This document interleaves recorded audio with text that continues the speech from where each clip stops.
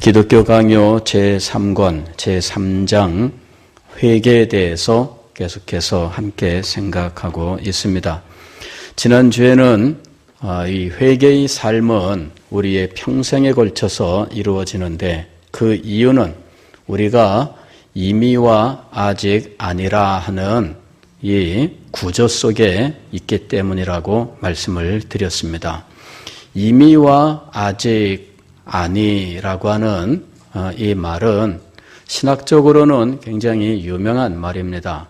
Already not yet 이란 영어로 늘 이야기하고 있는데 이미 그러나 아직 이런 의미입니다. 그러나 아직 아니 이미 예수 그리스도께서 오셨습니다. 이미 예수 그리스도께서 십자가 위에서 피 흘려 돌아가셨습니다. 이미 예수 그리스도의 보혈의 공로는 우리의 모든 죄를 다 속하시는 능력을 행사하셨습니다. 그러나 아직 이것이 핵심이에요. 이미를 강조하는 사람도 있고 그러나 아직을 강조하는 사람도 있습니다. 그러나 우리는 이 두 가지 중에서 어느 하나만을 강조하는 것은 잘못이며 이 두 가지가 모두 함께 강조되어야 한다 하는 것이에요.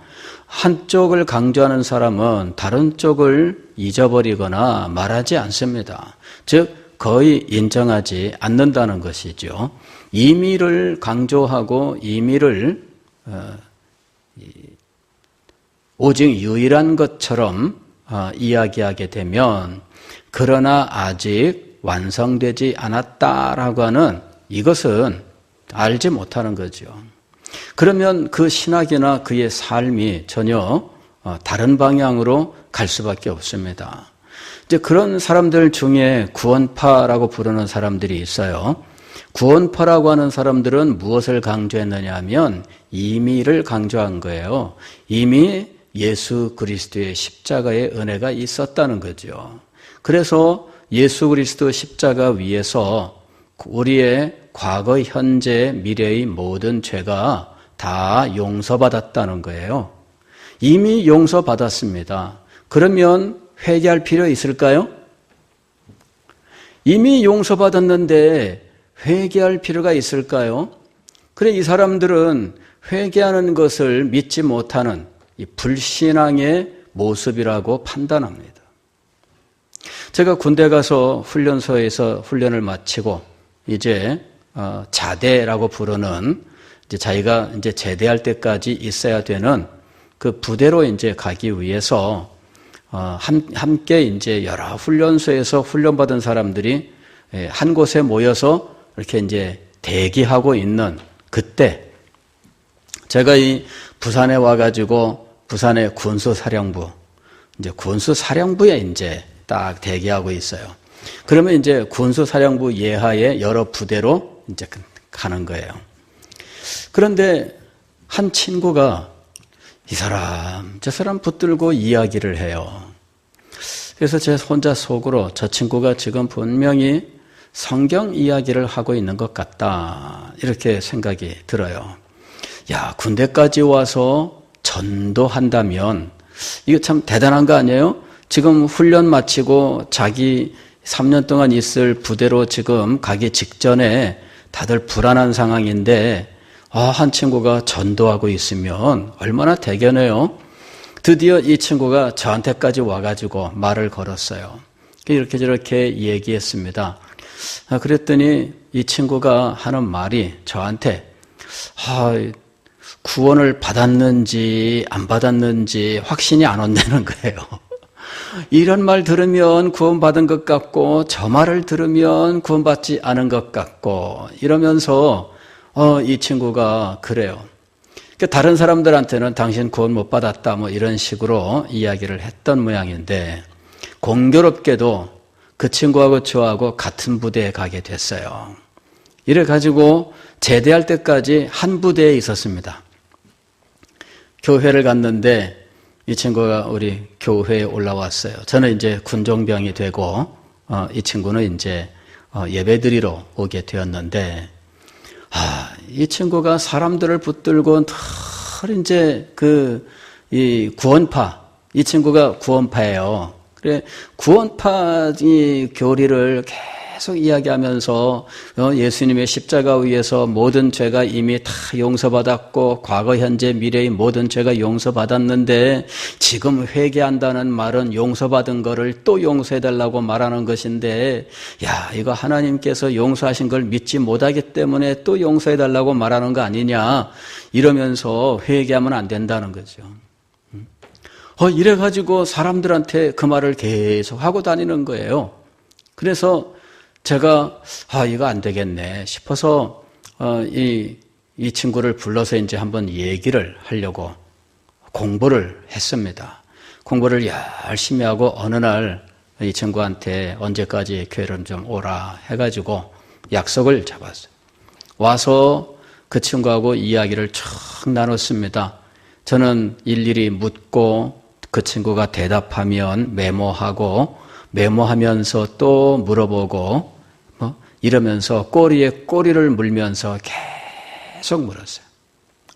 1시간 반쯤 이렇게 얘기를 하고 나니까 이제 구원파 이 친구가 말하는 논리가 무엇인지 이제 감이 잡히는 거예요. 메모를 다 해가지고 제가 얘기를 했어요. 야, 내가 지금 이 얘기를 들으니까 이제서 내가 무슨 말을 하는지 알겠다. 그냥 대충 말하고 다닐 때는 무슨 말인지 몰랐어요. 그리고 구원파 박옥수 계열에 나와 있는 책들 몇 권을 읽어봐도 거기서는 구체적으로 그런 말을 하고 있지 않아요. 그래서 아무리 그런 책을 읽어도 그 사람들의 주장이 무엇인지를 알 수가 없어요. 그래서 궁금하게 여기다가 이 친구 만나서 1시간 반 동안 계속 듣고 메모하면서 묻고 하다 보니까 탁 하니 나오는데 이게 바로 이 교회의 역사 속에 있었던 이단의 일파다라고 하는 것이 딱 드러난 거예요. 그래서 제가 선언을 했습니다. 야, 네가 무슨 말을 하는지 알겠는데 이미 교회 역사 속에 이단으로 판정난 주장들을 지금 짜깁기 한 것이다. 그 친구들은 예수 그리스도의 이 십자가의 은혜를 이미 십자가 위에서 완성된 것으로 그러면서 이제 우리는 원죄 가운데 있는 것이 아니라 믿느냐 믿지 않느냐 요 가운데 있다는 거죠. 그래서 예수님이 십자가 위에서 원죄 모두 용서받았고요. 이게 과거의 죄예요. 그 다음에 현재의 죄는 내가 지금 살면서 지은 자범죄인데 이 자범죄를 현재와 미래의 죄라고 이야기를 하는 거죠. 그러면서 원죄와 자범죄가 십자가 위에서 모두 다 해결됐다는 거예요. 그래서 이제부터는 무슨 죄 때문에 지옥 가고 죄 때문에 멸망당하는 게 아니라는 거죠. 이제 문제는 뭐냐면은 안 믿어서 지옥 간다는 거예요.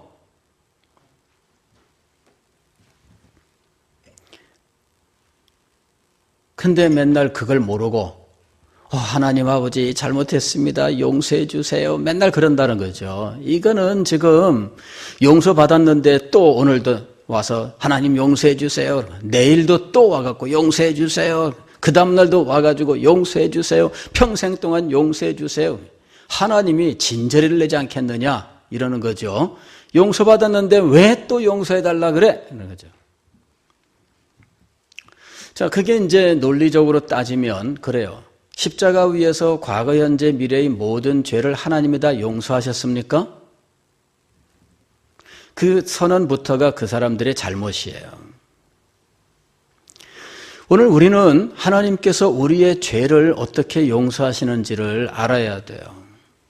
그냥 십자가 위에서 예수님이 십자가에서 못 박혀 죽으시면 모든 죄가 용서받는 것일까요? 아닙니다. 그것은 우리 죄 용서를 위한 근거예요.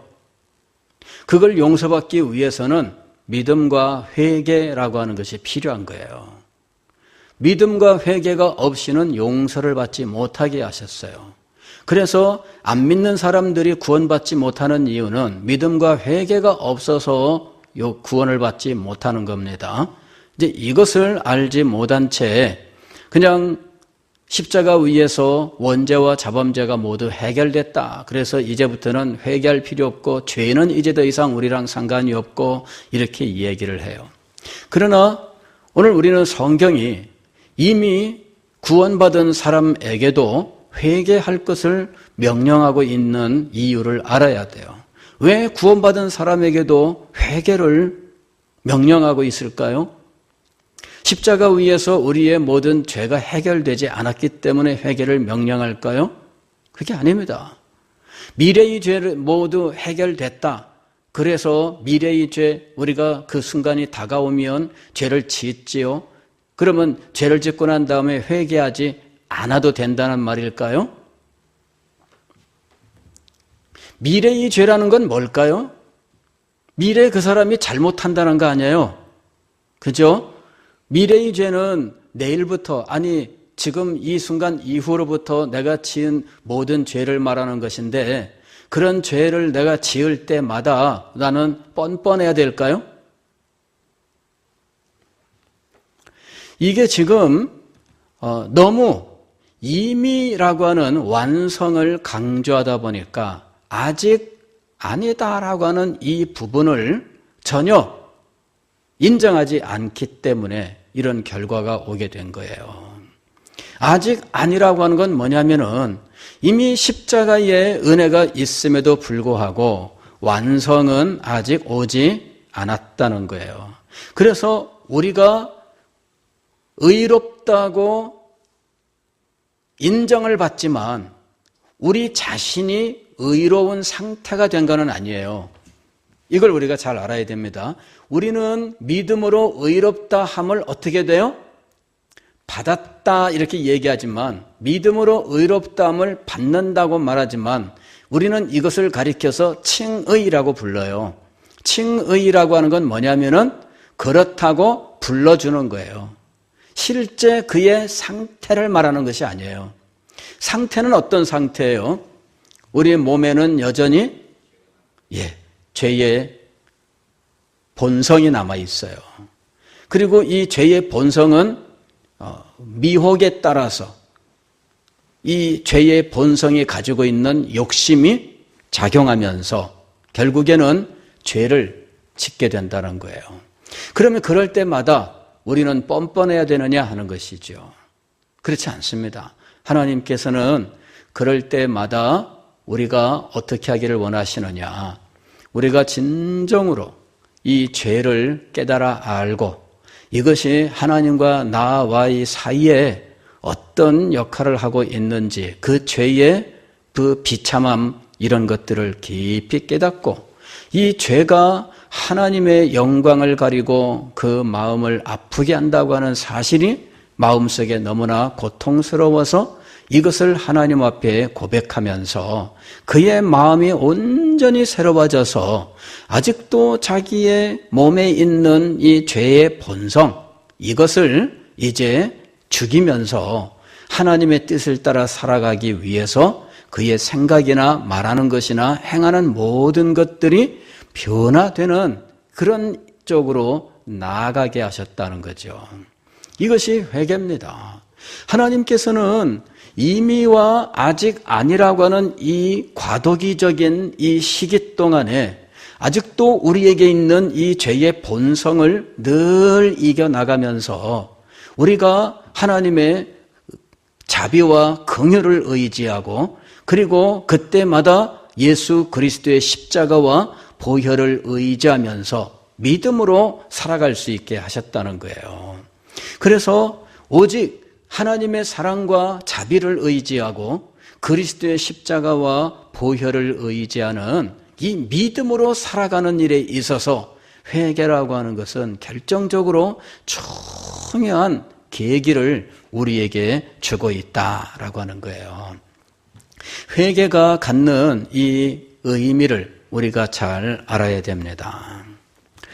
자, 칼빈은 계속해서 이 이미와 아직 사이에 우리는 죄죽임과 은혜 살림이라고 하는 이런 두 가지를 통해서 늘 이 죄를 죽이고 은혜를 살리는 이런 그 삶을 살아가면서 우리가 하나님의 형상을 우리 안에서 이루어가야 된다라고 말하는 거예요. 자, 그러면은 회개는 어떻게 이루어지는가 하는 것이죠. 회개에는 열매가 있어서 그 열매를 보고 회개를 알게 되어 있어요.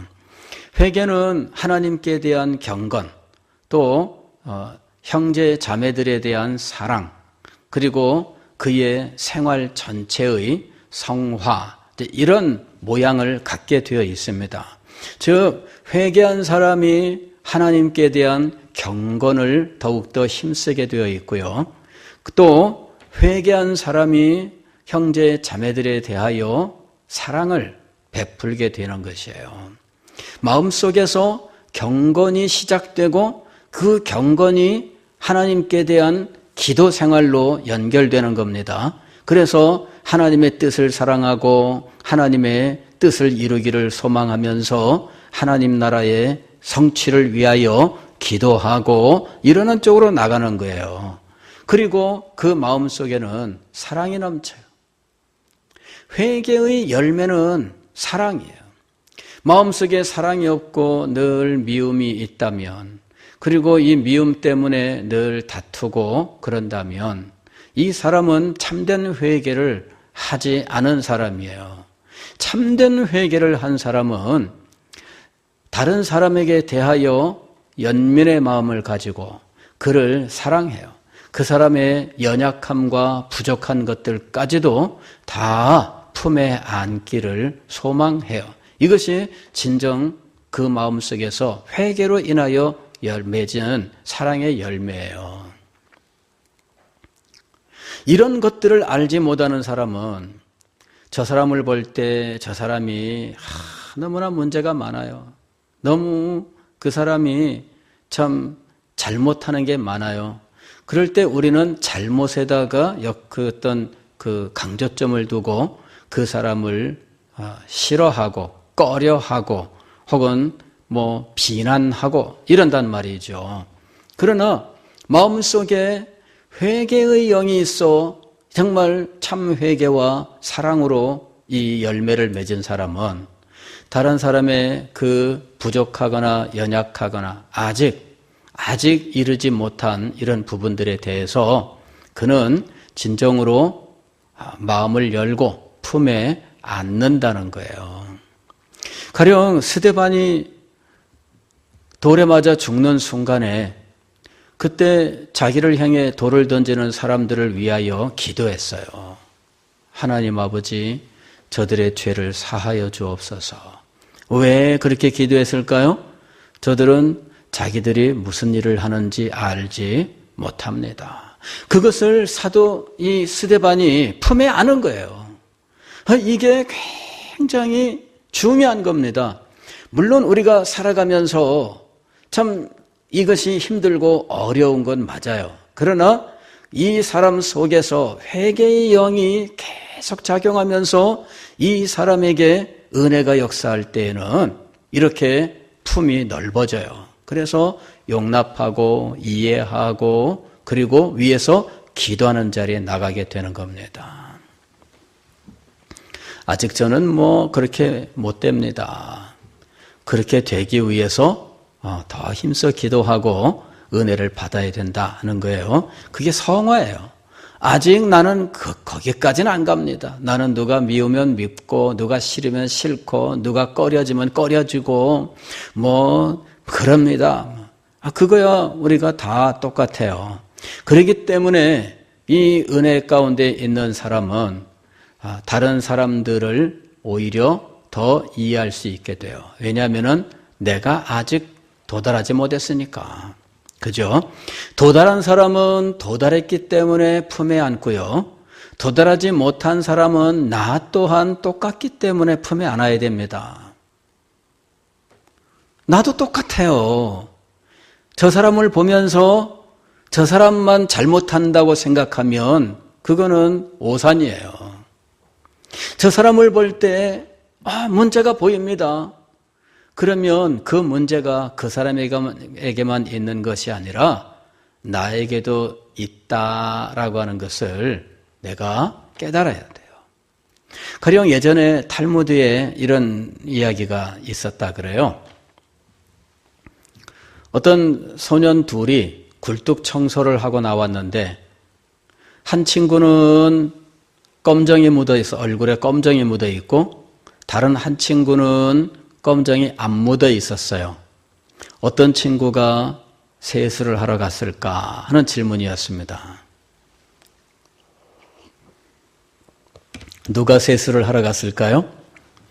예, 검정 안 묻은 친구가 세수를 하러 갔어요. 왜냐하면은 자기 앞에 있는 친구를 보니까 얼굴에 검정이 묻어 있거든요. 그러니까 자기도 검정이 묻어 있을 걸로 생각을 하고 씻으러 간 거예요. 그런데 검정이 묻은 친구는 오히려 아무것도 안 묻은 친구를 보면서 자기도 그럴 거라고 생각하는 거죠. 이 자기도 그럴 거라 생각하는 거, 누구를 보면서? 상대방을 보면서. 요 마음이 있어야 돼요. 요 마음이. 저 사람을 보면서 저 사람이 잘못해요. 그러면 그 사람만 잘못한다고 생각하면 오산이에요. 그 사람을 보면서 누구를 돌아봐야 돼요? 나를 돌아봐야 되는 거죠. 더 근본적으로는 사실 그렇게 하는 근본적 이유는 무엇이냐면은 성령께서 우리의 마음에 역사하시고 성령께서 진리로 우리에게 늘 깨달음을 주시기 때문이에요. 성령께서 우리의 마음에 역사하시고 우리에게 늘 진리의 깨달음을 주시기 때문에 하나님의 거룩한 뜻 안에서 우리 형제 자매들의 허물도 보지만 동시에 나 또한 그렇다라고 하는 것을 깊이 깨닫게 하는 거예요. 그러니까 하나님의 성령의 역사와 진리의 깨달음이 없이 단지 누군가의 잘못을 보면서 나도 그렇다라고 생각하는 것은 사실은 원리는 아닙니다. 예, 설명하다 보니까 그렇게 나온 것이지 원리를 말씀을 드리면 무엇이에요? 성령의 역사가 있어 성령께서 우리에게 하나님의 뜻을 가르쳐 주시고 그 가르쳐 주신 바 뜻이 우리의 마음의 기준이 되는 거예요. 우리의 생각 속에서 우리의 기준, 표준이 되고 삶의 원리가 되어요. 그래서 이것을 가지고 다른 사람들도 눈에 보이지만 가장 먼저 이 문제로 인하여 괴롭고 고통스러워하는 것은 바로 자기 자신이에요. 남들이 문제가 아니라 성령이 은혜롭게 역사하는 사람은 다른 사람이 문제가 아니라 누가 문제일까요?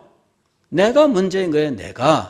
내가 먼저 문제이기 때문에 다른 사람들을 볼 때 이해할 수 있는 거예요. 나는 문제가 없었는데 다른 사람들을 보니까 그제서야 문제를 깨닫는 게 아닙니다. 알고 보면은 이게 순서가 뒤바뀐 거예요. 나는 이제까지 괜찮았어요. 그랬는데 딴 사람을 보니까 내 죄가 생각난다. 이런 건 없습니다. 사실은. 그런 건 없고요. 알고 보면은 내 속에 먼저 성령이 역사해요. 그리고 성령께서 나의 영혼을 예민하게 하실 뿐만 아니라 내가 무엇이 잘못되었는지 그리고 바른 것이 무엇인지를 진리를 통해서 나에게 가르치신다는 거예요. 그래서 내가 나의 문제를 깊이 인정하고 내 문제를 붙들고 하나님 앞에 기도하고 있는 동안 다른 사람들을 볼 때에 참 저 사람도 얼마나 힘들고 어렵겠나 이런 생각을 하면서 그리고 저 사람뿐만 아니라 나는 저 사람보다 더하다라고 하는 이 마음이 들면서 그 사람을 내가 용서하고 용납하게 되는 거예요. 그러니까 일의 순서가 어디서부터 시작되는 거예요? 성령의 역사로부터 이 방향이 어디에서 이루어지는 거예요? 내 마음속에서 먼저 이루어지는 거예요. 그리고 난 다음에 다른 사람을 볼 때에 저 사람의 잘못과 허물이 결국은 나도 역시 똑같다. 아니 오히려 내가 더 크다 이렇게 생각하는 거예요. 왜? 내 속에 은혜의 역사가 있기 때문이에요. 과거에 사도 바울이 그렇게 고백을 했습니다. 죄인 중에 내가 괴순이라. 내가 죄인 중에 괴순이라. 그 말은 뭐예요? 자기가 죄인 중에 제일 큰 죄인이란 얘기잖아요. 사도 바울이 나보다 더 큰 죄를 지은 것 같아요. 그죠? 나는 교회를 핍박하지도 않았고요. 사도 바울은 교회도 핍박했잖아요. 그죠? 스데반 죽을 때 돌 던지는 이 사람들 앞에서 옷을 맡아 지키면서 증인 섰던 사람이잖아요. 예수쟁이들 잡아서 옥에 가두려고 다마스커스까지 쫓아가고 이랬던 사람이잖아요. 그러니 교회를 핍박하고 원수가 되었던 사람이 사도 바울인데 그러면 사도 바울이 나보다 더 큰 죄인이지 그렇지 않겠어요?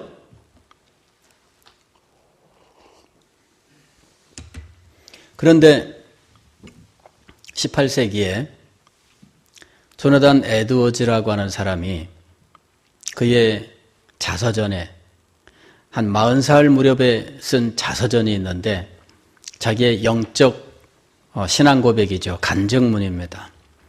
그런데 거기에 결론부에 뭐라고 쓰고 있느냐 하면 나는 아직도 내가 죄인 중에 죄의 괴수보다 더 큰 죄인이라고 느낀다. 이렇게 써놨어요.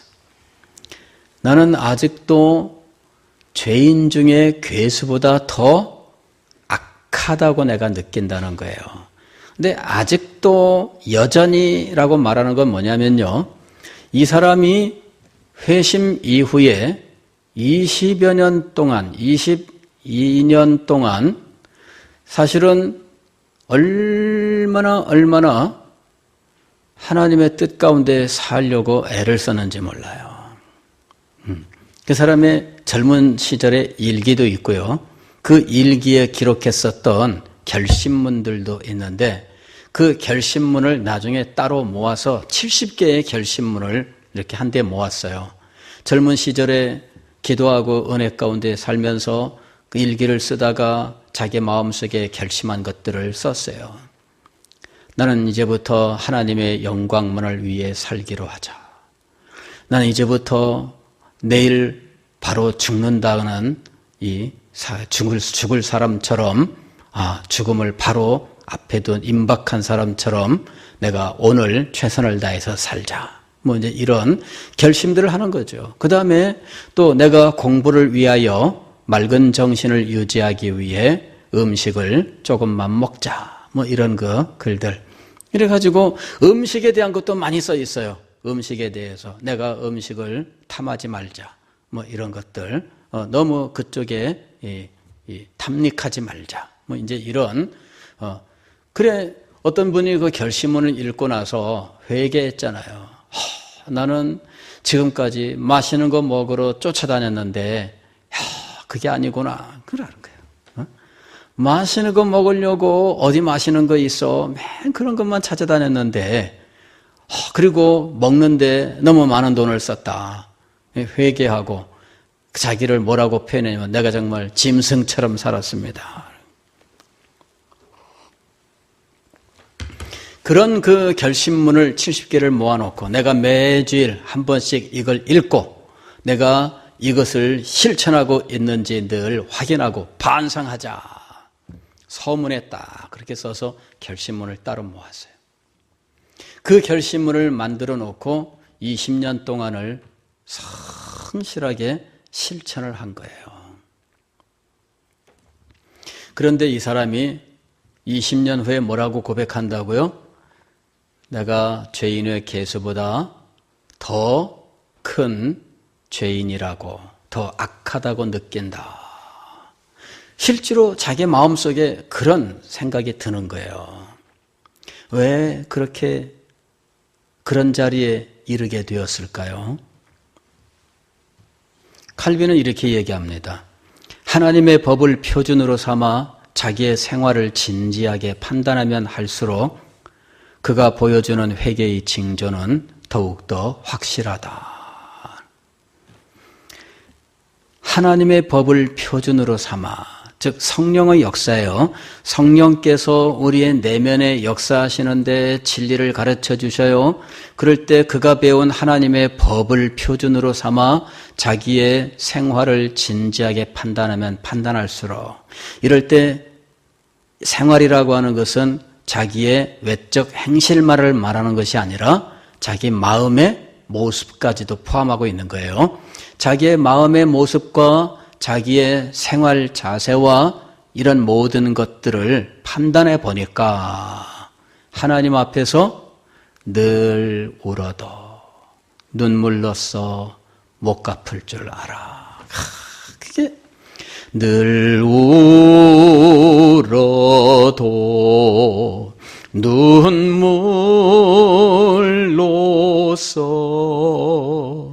못 갚을 줄 알아. 이 찬송가 가사처럼, 이 시인의 그 마음처럼 우리의 마음 속에서 늘 하나님 앞에 부족하고 죄송하다, 그리스도를 생각하면 그 십자가를 생각할 때마다 그 십자가에 돌아가신 그 일이 지금 내게 정말 참되게 역사해야 되는데 내가 이게 무엇이냐, 이런 마음이 늘 드는 것이죠. 그래 결국은 내가 이렇게 하나님의 은혜를 다 못 갚습니다. 그러나 제가 할 수 있는 대로는 그저 아무것도 아니지만 하나님 앞에 드리겠습니다. 그러면서 몸 밖에 드릴 것 없어 이 몸 바칩니다.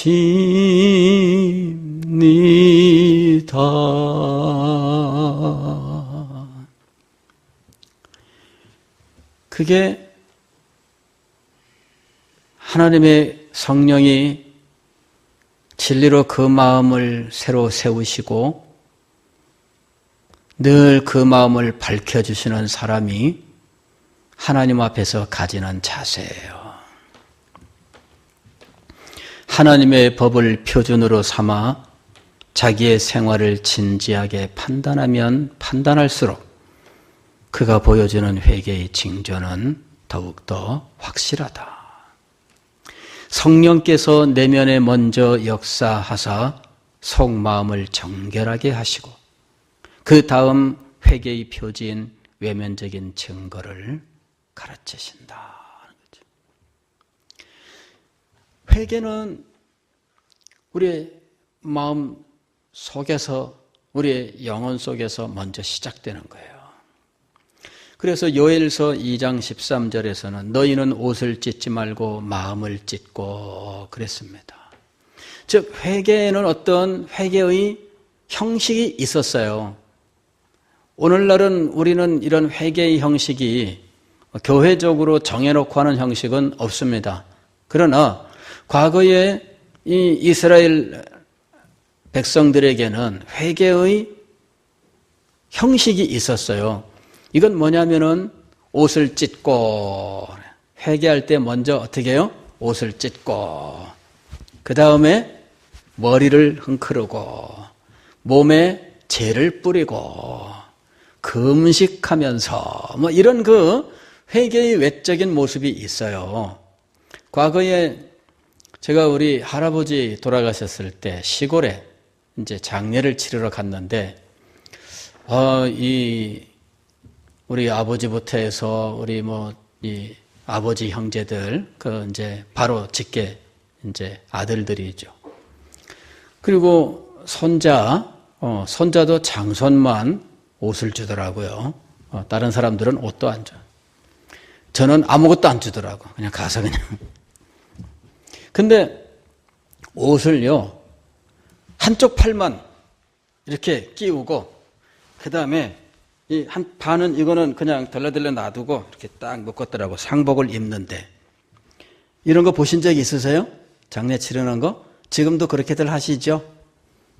우리나라 전체가 다 그러는지는 모르겠어요. 시골 가면은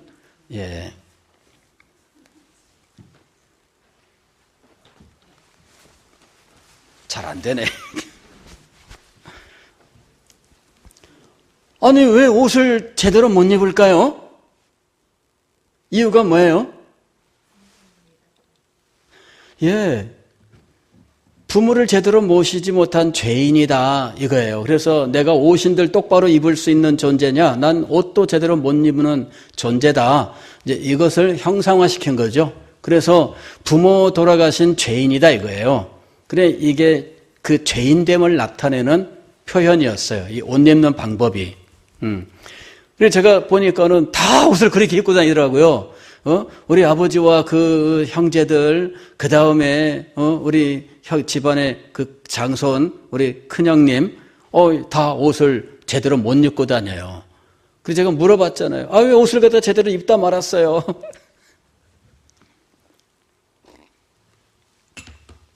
회개의 형식이 있었어요. 오늘날 우리는 회개의 형식이 그렇게 정해져 있지 않습니다. 그래서 교회적으로 회개할 때는 이렇게 한다라고 하는 이런 것들 있지 않죠. 다만 어떤 경우에는 우리가 금식합시다 하는 경우도 있고요. 또 회개기도 이렇게 기도회를 하는 경우도 있고요. 그리고 회개기도회 할 때는 우리가 목소리를 흐느끼면서 주야 이런 식으로 그런 것들이 회개의 외적인 모습이라고 말할 수 있을까요? 그러나 그런 것들은 뭐라고요? 참된 회개의 증거라고 말할 수 없다는 거죠. 또 우리는 그런 형식은 없으나 우리들이 하나님 앞에 회개하는 경우들은 참 많이 있어요. 그렇죠? 우리들이 하나님 앞에 회개들 많이 하잖아요. 기도할 때마다 앉으면 주여 제가 잘못했습니다. 생각해보니 잘못한 것밖에 없어요. 오늘도 또 잘못했습니다. 제가 어느 날은 기도하다가 그랬어요. 하나님, 제가 날마다 잘못했다고 말하는데 하나도 개선되지 않고 이게 기도할 때마다 잘못했다고 말하니 제가 정말 죽일 놈입니다. 하면서 저는 정말 나쁜 놈입니다. 저를 욕하기 시작을 했어요. 제가 아주 나쁜 놈이에요. 제가 죽일 놈이에요. 제가 이게 완전히 그냥 그래갖고 저를 욕하면서 기도를 한 적도 있어요. 왜? 너무 죄를 반복해서 짓고 하나님 앞에 나와서 회개만 하면서 변화가 없다 이거죠. 왜 나는 변화가 안 될까? 그러면서 욕을 했어요. 왜 그럴까요? 회개가 어디서부터 시작돼요? 입술에서부터 시작되는 것이 아니라 속 마음으로부터. 오늘 우리가 시편 51편 17절 말씀을 읽었는데 하나님께서 구하시는 제사는 상한 심령이라. 하나님이여 상하고 통해하는 마음을 주께서 멸시하지 아니하시리이다. 성령께서 역사하신 이 마음을 지금 시인은 상한 심령이라고 표현했어요. 마음속에 적당한 죄의 죄책감을 말하는 것일까요? 우리가 왜 참된 회개를 못하는 줄 아십니까? 죄책감을 회개라고 생각하기 때문이에요. 죄책감은 아직 본격적인 회개의 모습이 아닙니다. 그래서 우리는 적당한 죄책감으로 자기가 죄를 회개한 줄 알아요. 그래서 진정으로 하나님의 은혜, 성령의 역사를 경험하지 못하는 거예요. 왜 성령의 역사를 경험하지 못하느냐? 적당한 죄책감에 머물기 때문이에요. 그리고 이 죄책감으로 하나님 앞에 입술에 회개를 하고 난 다음에 만족하기 때문이에요. 그래서 근본적으로 나에게 변화가 일어나지 않습니다. 왜 저 사람이 오래 믿었는데 안 변하느냐? 분명히 이 사람이 죄책감을 안 느끼는 건 아니에요. 죄책감을 느껴요. 그러나 죄책감으로 적당히 입술에 회개를 하고 머물기 때문에 근본적으로 그 영혼 속에서 일어나는 이 참된 회개의 자리에 들어가지 못하는 거예요. 영혼의 변화가 일어나지 않습니다. 그의 성품의 변화가 일어나지 않아요. 삶의 변화가 일어나지 않습니다. 왜 우리가 압도적인 은혜에 들어가지 못하느냐? 적당한 죄책감으로 살고 있기 때문이에요. 이것이 우리가 회개에 대해서 제대로 배워야 되는 이유입니다. 이걸 제대로 배우지 못하면 평생 동안 적당한 죄책감에 적당히 입술로 회개하고 반복하는 삶을 사는 거예요. 예? 그게 괴로워서 제가 나는 왜 맨날 주님 앞에 기도할 때마다 이럴까 해가지고 저를 욕하면서 제가 나쁜 놈입니다. 저는 몹쓸 놈입니다. 제가 죽일 놈입니다. 이렇게까지 막 욕하고 했지만 그러나 회개를 진정으로 알지 못하는 한 그는 그 상황에서 벗어나지를 못해요. 시편 51편 10절 말씀 보면 이렇게 되어 있습니다. 하나님이여 내 속에 정한 마음을 창조하시고 내 안에 정직한 영을 새롭게 하소서. 회개는 여기서부터 시작하는 거예요. 우리가 느끼는 죄책감에서 시작하는 거 아닙니다. 예, 죄책감에서 시작하는 것이 아니라 이 시편 51편 10절 말씀. 하나님이여 내 속에 정한 마음을 창조하시고. 지금 이 시편 51편은 회개시예요. 회개시. 회개를 하는데 그냥 죄책감을 느끼고 뉘우치는 것이 회개가 아니라는 것을 가르쳐주고 있어요. 죄책감과 뉘우침, 이게 우리는 이 회개, 즉 죄의 고백이라고 생각하거든요. 그런데 회개는 그렇게 시작되는 게 아니에요. 회개는 우리의 마음속에 정한 마음을 창조하시는 이 새 창조의 역사예요. 내 안에 정직한 영을 새롭게 하소서. 내 영혼에서부터 시작되는 것이 회개입니다. 그래서 17절에서 이렇게 얘기한 거예요. 하나님께서 구하시는 제사는 상한 심령이라. 이렇게 우리의 영혼에서부터 시작된 상한 심령으로 드리는 것, 이 마음을 드리는 것, 이것이 하나님이 기뻐하시는 제사라고 하는 거예요. 영혼에서부터 시작돼야 돼요. 죄책감에서부터 시작되는 게 아닙니다. 죄책감과 그리고 뉘우침을 우리는 회개라고 생각해요. 그러나 죄책감과 뉘우침에서부터 시작되면 여러분들은 언제나 평생 동안 날마다 그걸 떠나질 못해요. 그리고 하나님의 은혜의 역사를 참되게 경험하지 못해요. 죄책감과 뉘우침은 우리가 수없이 해온 거예요.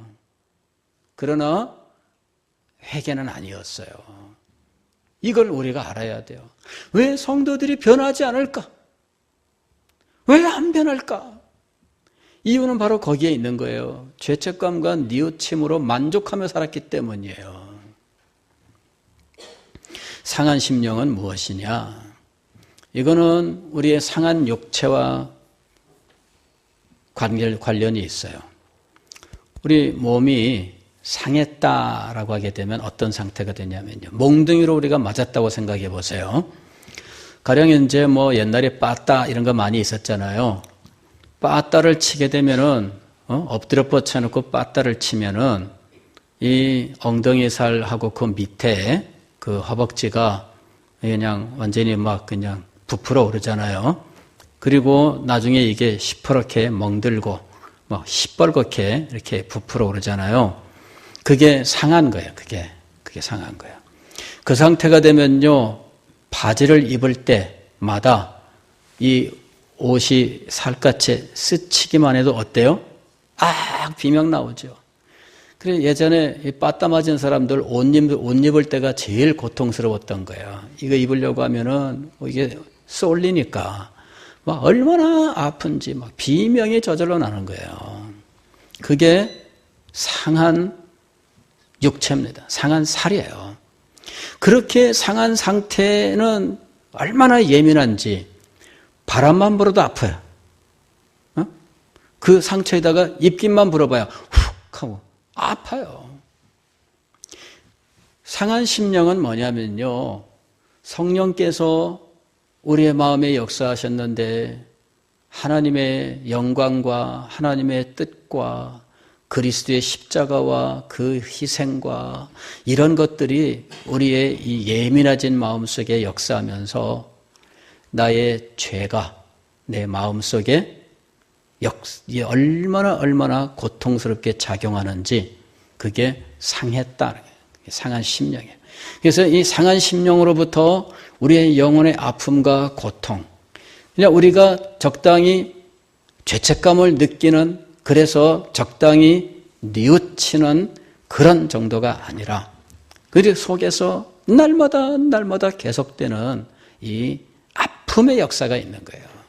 가슴이 아파오고 절절절절절절 녹아내리는 이런 아픔들이 그 속에서 막 역사하는 거예요. 그래서 기도할 때마다 그 마음속에 이 아픔과 고통이 막 절절히 느껴지면서 주님 앞에 기도하는데, 주님, 제가 잘못했습니다. 그 죄를 회개하고 고백하는데 자기가 과거에 행했던 모든 것까지 다 생각나는 대로 끄집어내는데, 이전에는 내가 죄라고 생각지도 않았던 것들이 죄로 나한테 느껴지면서 막 고백을 해요. 그렇게 고백을 해도 시원하지 않아요. 왜? 자기 자신이 죄악 덩어리가 되어 있는 거예요. 그러니 아무리 죄를 고백을 해도 시원해지지 않습니다. 왜? 끝없이 솟아나오는 거든. 왜? 내 존재가 죄인이거든요. 그래서 다함이 없이 솟아나와요. 계속. 어느 때 이 문제가 해결될까요? 경험상 며칠이 걸린다 이렇게 말할 수는 없지만 그 날이 상당 기간 동안 지속돼요. 그때는 날마다 눈물밖에 없어요. 무슨 말만 들으면 눈물이 나와요.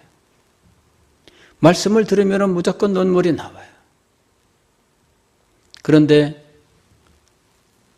어느 순간 예수 그리스도의 십자가가 눈앞에 확 하고 나타나요. 아, 주님 감사합니다. 이 죄인을 위해서 십자가에서 돌아가셨군요.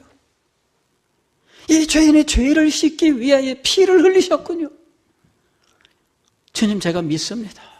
그러면서 주님 앞에 간절한 마음으로 믿음을 고백하게 돼요. 주여, 믿습니다. 내 죄사함을 제가 믿습니다. 십자가의 공로를 믿습니다. 피 흘리심의 은혜를 믿습니다. 그 피가 내 죄를 깨끗하게 씻으심을 믿습니다. 그렇게 십자가에 대한 그의 믿음을 고백하고 감사할 때 비로소 그 마음 깊은 곳에서부터, 영혼 속으로부터 평화가 쫙 솟아나면서 기쁨이 넘쳐나게 돼 있어요.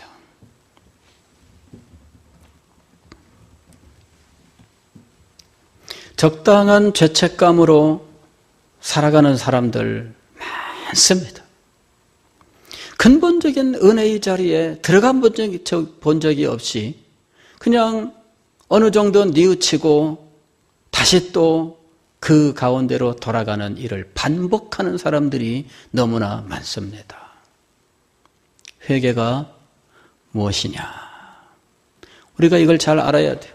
우리 영혼에서부터 시작되는 거예요. 우리 영혼에서부터. 그리고 그 모든 죄를 단지 죄의 문제가 아니라 죄인의 문제라고 하는 사실을 절감하게 돼요. 몇 개의 죄만 뉘우치면 될 줄 알았는데 알고 보니까 내 존재의 문제였다고 하는 사실까지 알게 되는 거예요. 이 시편 51편에서 다윗이 그렇게 고백해요.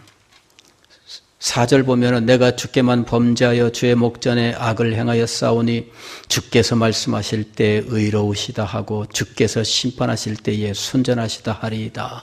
이게 뭐냐면 자기가 하나님의 말씀을 통해서 자기의 죄를 인정하게 되는 걸 말하는 거예요. 주께서 말씀하실 때 의로우시다 하고 하나님의 말씀이 의롭고 나는 더럽다는 거예요. 주께서 심판하실 때 심판이 순전하고 심판의 결과 나는 죄인이란 얘기예요. 그래서 내가 죄악 중에서 출생하였으며 어머니가 죄 중에 나를 잉태하였나이다. 몇 개의 죄의 문제가 아닙니다. 죄인의 문제예요. 죄인의 문제. 그 죄인의 문제 속에서 자기의 이 절망적인 존재와 그 상황들을 깊이 깨달으면서 이 죄인을 구원하시는 복음, 이것이 그에게 찬란하게 나타나는 거예요.